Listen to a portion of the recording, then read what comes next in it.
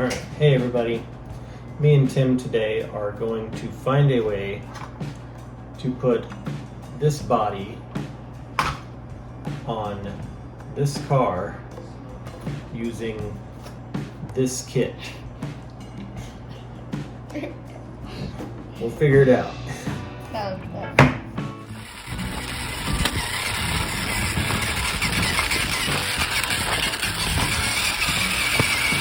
I didn't really know what to do with all this footage I shot. Initially, I was expecting this conversion to be a few hours and then done.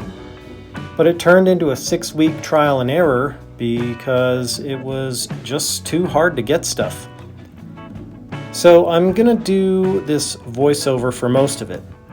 We didn't get to film the first part of this mod because this eBay seller, JKRC Designs, is basically a crook. We bought this back in December of 21, and at that time there was no mention, besides the Amazon link at the bottom, that this kit does not include the body. The descriptions, while they weren't technically wrong, were just misleading. I reached out to the seller to see where the body was, and his response was to change his description and add that line in the photo that says, "Link to body and instructions in description." After we decided just to buy the body separately, we waited a week and it showed up. Here, Tim and I started the process by removing the underpinnings of the toy. Then we started on the SCX24 and saved all the parts we removed because the instructions clearly stated everything would be reused. Adding the longer links to the rear had no issues, but on the front, instead of printing a wishbone upper link like the factory had, JKRC Designs printed 2 separate upper links, which requires another screw to mount. Since all the hardware was being reused, this means we are 1 screw short. Because of the way we will need to mount these links, we will also need nuts for the tiny M1.4 screws.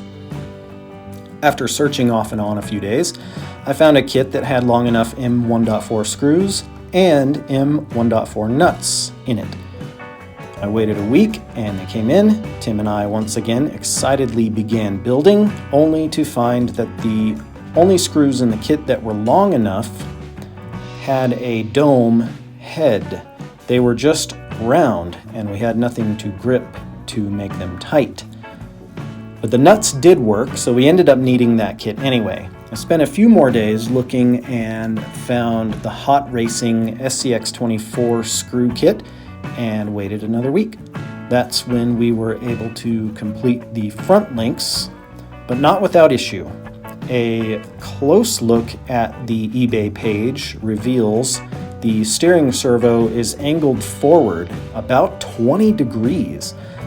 I found that using the original front lower links on the front upper leveled out the front axle, and all was fine with mounting the rear shock mounts and the ESC and battery trays.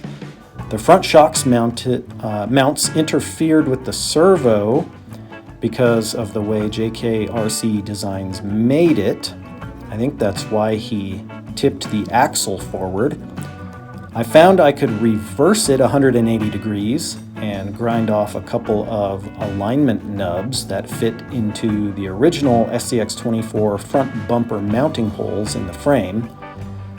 Drilled new holes in the frame, and the front shock mount fit in the reverse.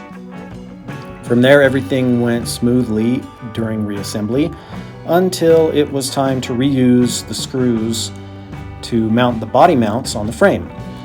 The ones that are currently in the skid plate aren't long enough to hold it securely, the body mounts that is, so I got some out of the hot racing screw kit, but there's too much wobble in the hex on those screws, and when they began getting difficult to turn, the head just stripped out.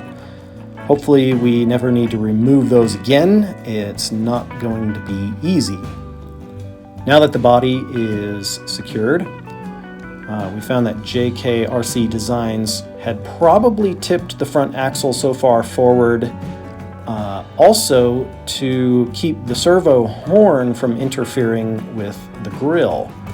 Rather than implement his tip the axle forward method, we cut a notch in the grille so that the suspension could collapse completely and the servo horn would not interfere.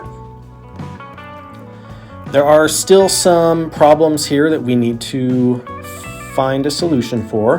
One, the motor is too weak for the stock version of the SCX24. This body is a cast pot metal toy, and the truck is probably 2 or 3 times heavier. I didn't weigh it, but that's just a guess. In fairness, he does strongly recommend upgrading your motor. The springs are now just completely collapsed. We need something stronger, and it will take some time to search. Maybe some pen springs will fit? Number 3, unbelievably, this body only mounts with 2 screws located on the 2 body mounts that each mount at the center of the frame, one on either side. Tim and I will address that and probably make another video about it. Number 4, also unbelievable, the JKRC Designs design doesn't allow the battery to be removed for charging except by removing the body, which is screwed on. So I find myself not being able to recommend this mod at all. It is a great idea, and Tim is also very happy with the way it looks. However, it's very poorly implemented. We had to do a lot of major modifications to his design, one of which required actual cutting of the body. So it's not completely done, but we're getting pretty close, and enough that I felt like I could go ahead and make this video. Hope you all have been informed. Have any of you done this same mod? I'd really love to know. And are any of you thinking of doing it? Hopefully I've been able to give you a couple of heads ups that you will need to know before jumping into it. And I wish you a great day.